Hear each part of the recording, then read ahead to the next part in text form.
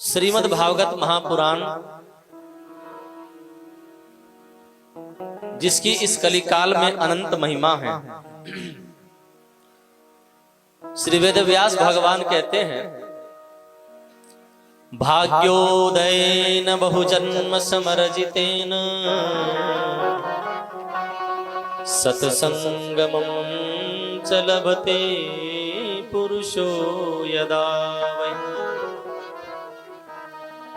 अज्ञान हेतु कृत मोह मदांधकार नाशं विधाय हि तदोदयते विवेकः। जीवन में सत्संग कम मिलता है। व्यास जी महाराज कहते हैं, भाग्योदयेन बहुजन्म समर्जितेन। अनंत काल के जब पुण्य एकत्रित होते हैं, बहुजन्म समर्जितेन माने अर्जितेन, या यूं कहो कि जब गुरुजनों की कृपा होती है, भगवत कृपा होती है, तब जीवन में सत्संग की प्राप्ति होती है। आपने कभी विचार किया कि भागवत जो शब्द है उसका क्या अर्थ है? जो विषय संपूर्ण श्रीमद् भागवत महापुराण में हम 9 दिन में सुनेंगे, वो संपूर्ण विषय इन 4 अक्षरों में छुपा हुआ है। ये जो भागवत शब्द है ना, इसमें 4 अक्षर हैं। कौन कौन से अक्षर हैं? भा, गा, वा और ता। केवल 4 अक्षर हैं। इन 4 अक्षरों के अंदर संपूर्ण श्रीमद् भागवत का सार छुपा हुआ है। क्या 4 बातें हैं? ये 4 अक्षरों से 4 बातें कही। तो पहला अक्षर क्या है? क्या है पहला अक्षर? जोर से बोलो। देखो, आप ये मत सोचना कि मैं मंच पे बैठ गया तो बोलना मेरा काम है। हाँ, आपको भी बोलना पड़ेगा, आपको उत्तर देना पड़ेगा। और नहीं दोगे तो मैं सोच लूंगा आप लोग बहरे हो, कोई सुनाई नहीं दे रहा, ऐसे मुंह देख रहे हो। आप लोग बहरे तो नहीं हो? जोर से बोलो। नहीं हो ना? तो बताओ पहला अक्षर क्या है? भा शब्द है। भा शब्द का अर्थ होता है भक्ति। भा शब्द का क्या अर्थ है? भगवान की भक्ति। पहला शब्द है भक्ति। भागवत जी में अनेक प्रसंग ऐसे आएंगे जो भगवान की भक्ति कैसे करनी चाहिए इसका प्रतिपादन करेंगे।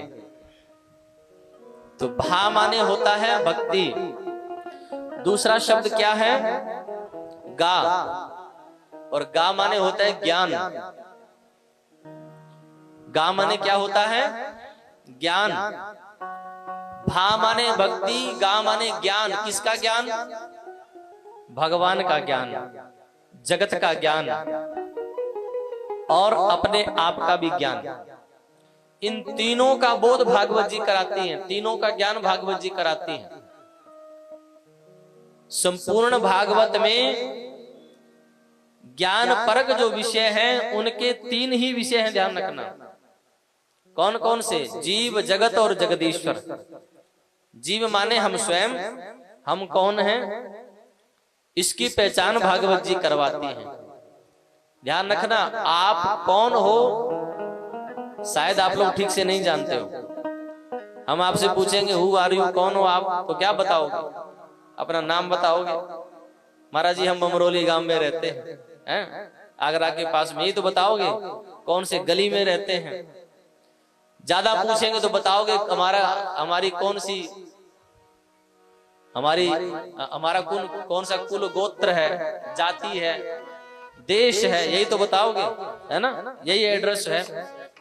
और अधिक पूछेंगे तो आधार कार्ड दिखा दोगे, महाराज जी देखिए भारत के नागरिक हैं। लेकिन क्या आपका ये सही परिचय है?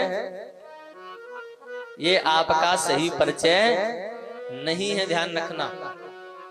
क्योंकि ये जो आपका परिचय है ना, ये जो आपकी आइडेंटिटी है, ये संसार वालों ने दी हुई है। जब आप और हम पैदा हुए तो किसी ने हमको नाम दिया, किसी ने हमको घर का पता बताया, हमको बताया गया ये तुम्हारी माँ है, ये तुम्हारे पिता हैं। ये सब संसार से हमें पहचान मिलती है। लेकिन इस संसार में आने से पहले भी तो हम लोग थे ना, थे कि नहीं भाई? जोर से बोलो, थे ना? थे तभी तो प्रकट हो गए, नहीं होते तो कहां से होते?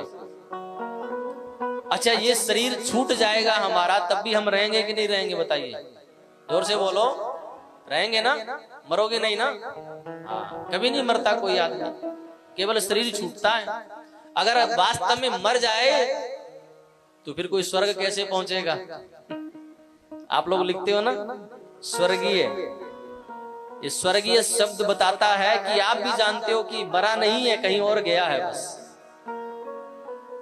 तो दूसरा जो विषय है वो अपनी पहचान, अपना ज्ञान, जीव और जीव, जगत और जगदीश्वर। जगत का भी बोध कराती है, ये संसार कैसा है, जिस संसार को हम अपना अपना करके मानते हैं। ये मेरा, ये मेरा, मैं इनका, मैं इनका, धन मेरा, परिवार मेरा, पुत्र मेरा, पत्नी मेरी, परिवार मेरा, कुल मेरा, खानदान मेरा, देश मेरा। ये जो मैं और मेरा है, ये जगत की पहचान हमने बनाई है। भागवत जी आपको जगत का भी बोध कराती है।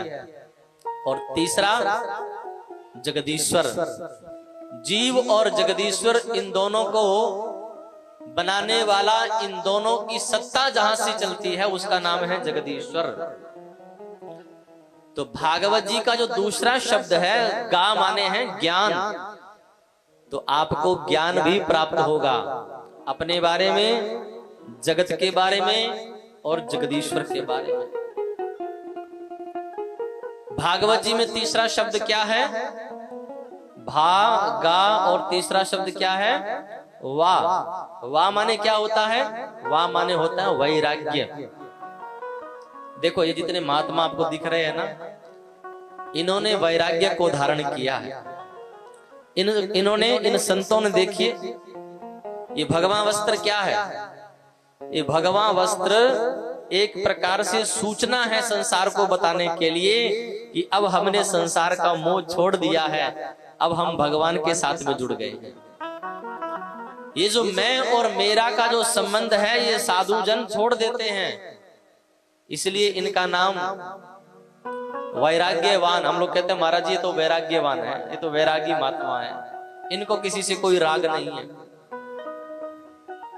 तो तीसरा जो भागवत जी बोध कराती हैं वो विषय है, वो है वैराग्य। आपके जीवन में भी वैराग्य आएगा। वैराग्य का सीधा सा अर्थ ध्यान रखना, साधु बनना ही वैराग्य नहीं है, वो भी वैराग्य की चरम सीमा है, ध्यान रखना। वैराग्य जब चरम सीमा पर पहुंचेगा तब कोई साधु बनता है। लेकिन वैराग्य चरम सीमा पर न भी पहुंचे, लेकिन आपके हृदय में प्रकट हो जाए, तो आप घर में रह करके भी सबसे अलग हो जाओगे।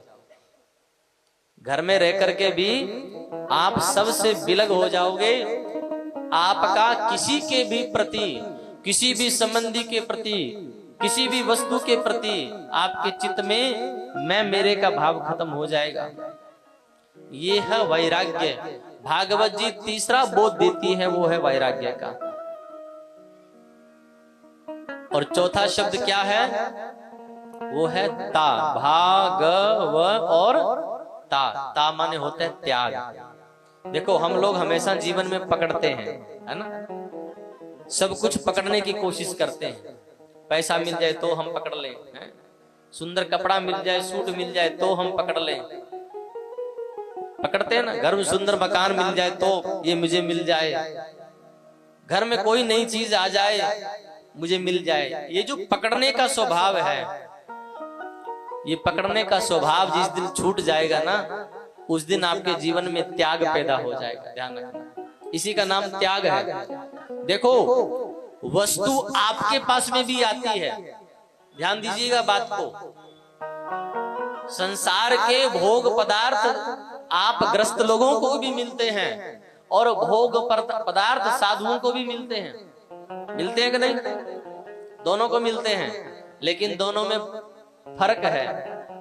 फर्क ये है कि जब साधारण संसारी के पास में जब भोग आएगा तो वो पकड़ने की कोशिश करता है कि मेरे से छूट ना जाए, हमेशा मेरे पास बना रहे। लेकिन साधु के पास में जैसे ही आएगा तो वो और बांटना शुरू कर देता है। ये साधु का स्वभाव होता है। क्यों? क्योंकि उसके हृदय में त्याग है। तो ये 4 अर्थों को समेटी हुई श्रीमद् भागवत महापुराण, केवल इसके नाम में संपूर्ण भागवत का सार छुपा हुआ है, केवल नाम में। तो भागवत शब्द का क्या अर्थ हुआ? इसमें 4 चीजें समाहित है, याद रखिएगा। भा माने भक्ति, गा माने ज्ञान, वा माने वैराग्य और ता माने त्याग। ये जो 4 अर्थ हैं, 4 जो भाव है संपूर्ण भागवत जी के अंदर, इन चारों की ही चर्चा आएगी, केवल इन चारों की चर्चा है। ऐसा श्रीमद् भागवत महापुराण है। और श्रीमद् भागवत महापुराण कहने से पूर्व श्री वेदव्यास ऋषि ने पहले 6 अध्यायों में भागवत जी की महिमा का प्रतिपादन किया है। क्योंकि बिना महात्म्य ज्ञान के श्रद्धा की उत्पत्ति नहीं होती। बिना महिमा ज्ञान के हृदय में श्रद्धा नहीं बनती है। इसलिए 6 अध्यायों में भागवत जी की महिमा का व्याख्यान किया गया है। श्री वेदव्यास ऋषि ने इन 6 अध्यायों में भागवत जी की महिमा कही और उससे पहले सुंदर भगवान का स्मरण किया और भगवान को प्रणाम किया। आइए हम लोग भी भगवान को प्रणाम करते हैं।